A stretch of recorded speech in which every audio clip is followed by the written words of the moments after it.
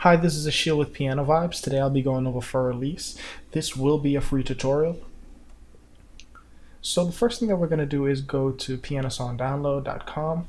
They have great free sheet music here available. And so we're going to actually go to early intermediate, level 3, scroll down, and boom, we have for Elise. So this is the version that we'll be playing, which is right here and looking at today. There's also another version in level 2, and we'll talk about the differences as we go through the third.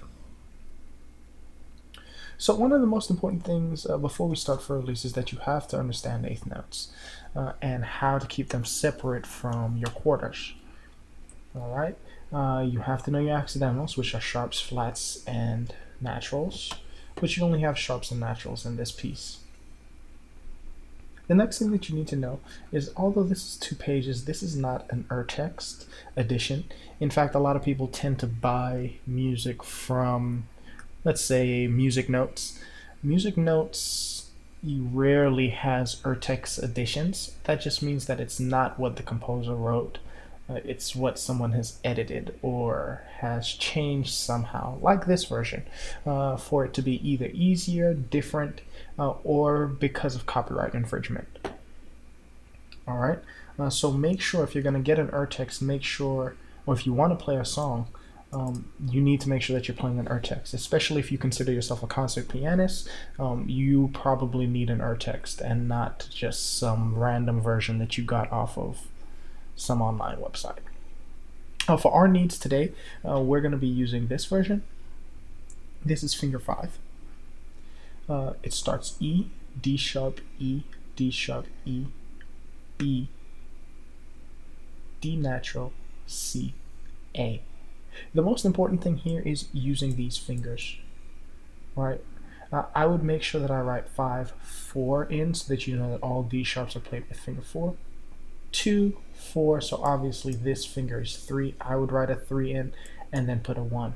Now, for the sake of simplicity, we're just going to go through the whole right hand and then we're going to go through the left hand. So this is C, finger 1, E, finger 2, watch that gap, and then finger 4 on A. If you're a beginner pianist, you're not used to this, I guess, skips between the hands, between the fingers, and so you need to be wary of that, right? You're not going to want to use this, but this is probably the best fingering that you could possibly do here. And make sure to write a 5 in above this B, please. Right, those are the fingers that you need to use. You're going to sequence or reuse those fingers here. So you'll see no fingers are written because it's implied that you're going to use the same fingers. 1, 2, 4, and then 5. And then rest, that's an 8th rest, right? These are 8th notes, that's an 8th rest. And then you have finger 1, I would write that in, and then finger 5 to start back like we did up here. So it would be the same fingers. That's why nothing is written in, because it's implied again. And then we have the same thing going on. And then boom, we have a repeat. Now this last little part right here is a little bit different than this part, right? And it's just an E. Instead of going to an E, E to E, you're going E to a C, B, A. And then you repeat. So you would do the whole thing again, and then when you get here, you would go to this second part. So you play this A just like normal, bum bum bum bum, and then you would start right here with this B, and it's B, finger 1, 2, 3, 4. So I would write a finger 4 right here on this E, and then you're going to play finger 1 on G, finger 5, 4, 3, right? I'm talking fingers, not notes.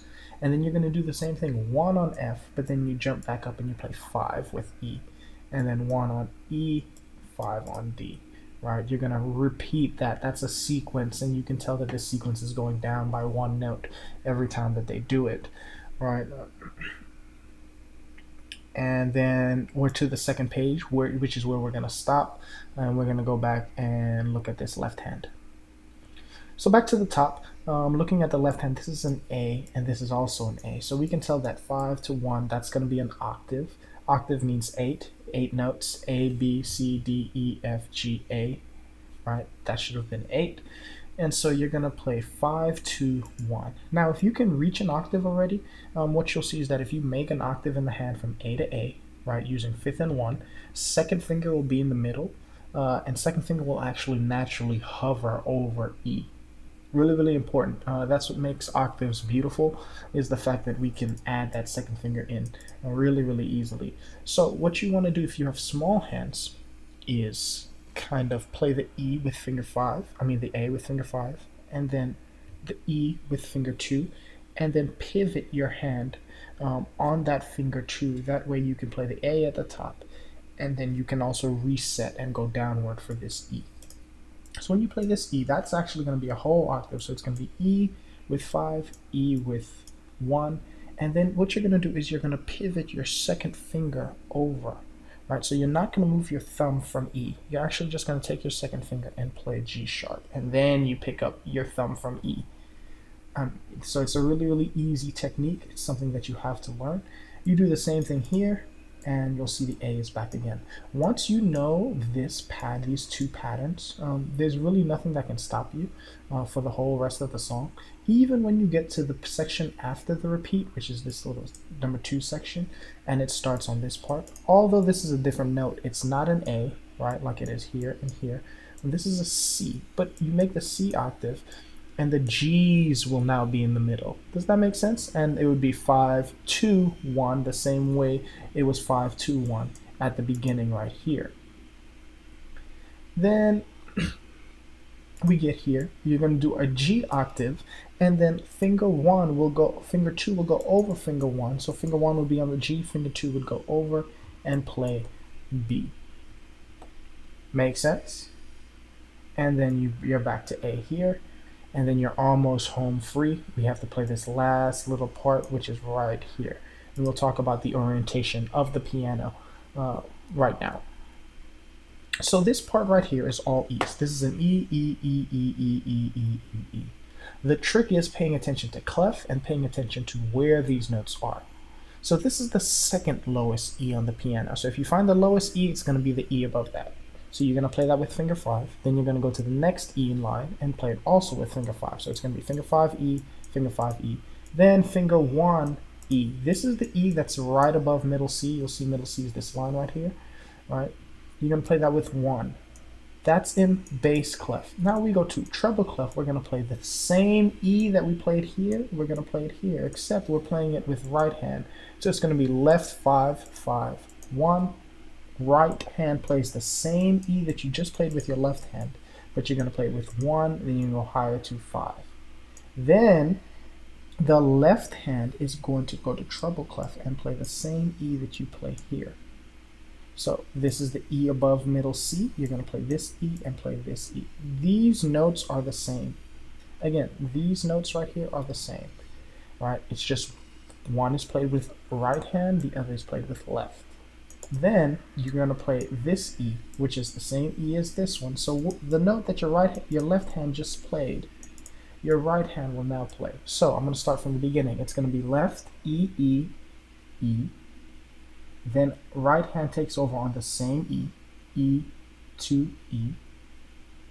Then left hand takes over on this E, which is the E above middle C, plays that and that, which is the same two notes you just played with your right hand. And then right hand copies one left hand note, which is E, and you play E and then high E. It's kind of tricky, but if you know your orientation and you're paying attention to the fingers, it's going to make perfect sense. Okay, and there's no rests. I know that it's kind of confusing because these rests are in here, but it would be just in order. If you're counting eighth notes, it would be 1 and 2 and 3 and 1 and 2. Right, there's no rest. And then all you need to do is, from there is D sharp with the left hand. Now, we're still in treble clef. This D sharp is the same D sharp that you played at the beginning, which is here. You're just going to play it with your left hand. D sharp to E, then your right hand plays the same D sharp to E, D sharp to E, left hand still in treble clef, D sharp to E, and then you finally start back the song. Da da da da da da da da. And then left hand is back to bass clef, and it's back to the A. Now, what's really, really important about this piece is that there is really no vertical reading. That means that you rarely have two notes that you play together. A lot of it is just notes that are played one after the other. So right hand would play, then left hand plays, then right hand plays, then left hand plays. The exception to that is on beat one of a couple of measures. It doesn't happen often, and usually it's going to be an easy note or the same note. So G and an A and an A, and then here you have a B and an E, which is, it's still members of the same chord. All right. Same thing here, C and an A and an A, E and a B, A and A and A. So it's not hard, right? And we just talked about the left hand going over. The rest of the song is a repeat of the first section, other than this last little part, which I feel like you guys can do on your own if you've watched this far. A couple of things to keep in mind is that these are slurs, right? Slurs mean that you want to play the notes together. And this is the pedal symbol. So the pedal would go down and then you would raise the pedal. Pedal down, raise the pedal. Notice that it happens for the left hand. That's why it says pedal simile. That just means that you're going to copy or like. And by like, I mean you're going to like the other ones that you've played. You're going to do the same thing for the rest of the song. That's what this means. Okay, so make sure you also pay attention to your crescendos and diminuendos. That just means to get louder and softer. Notice this starts piano. It's not a very, very loud song.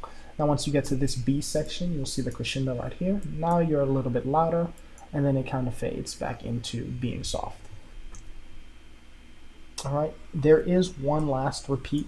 So when you get here, you're going to repeat back to the B section, which is here. And then you're home free to finish the song. This is in low A. This is a C, and an A. If you have any questions, let me know, but that'll be our run through of For Elise. The simplified version of For Elise just leaves out the fancy left hand, and so it just has one note in the left hand as opposed to having three notes in the left hand. Right, so just make sure that if you're doing this version first, you can go ahead and play through it. I would say after you do this version, definitely go and get this version. Now let's say you finish this version and you want to learn the actual piece. You're about ready. There's probably a couple more pieces I would play before I would get an Urtext of this. For Elise is not a very hard song, but it's certainly not easy either. I would say you need a little bit more technique work before you take on a song such as For Elise. Again, this is all from pianosongdownload.com. Very, very easy. And one of the good things about this is that you have an abundance of music like it that you can find and play and just get better. All right. If you have any questions, let me know. But you guys enjoy. Thank you.